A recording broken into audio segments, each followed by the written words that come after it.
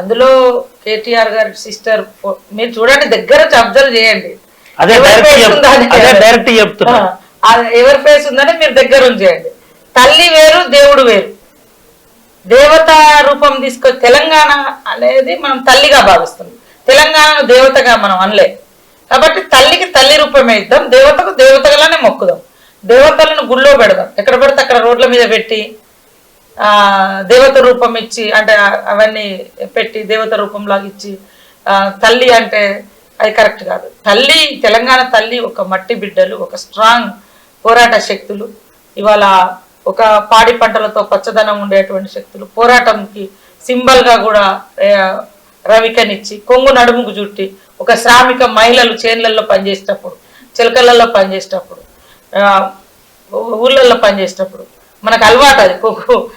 ఇవన్నీ అద్భుతంగా వచ్చింది, వాస్తవానికి అద్భుతంగా ఉంది. ఒక కొప్పు వేసుకోవడము, ఇవన్నీ కూడా సాటి తల్లిని చూసినప్పుడు మనకు ఆ తల్లి మన గుర్తుకు, అంటే తెలంగాణ తల్లిని చూస్తే మా తల్లిని చూసినట్టు, లేదా మమ్మల్ని మనం చూసుకున్నట్టు.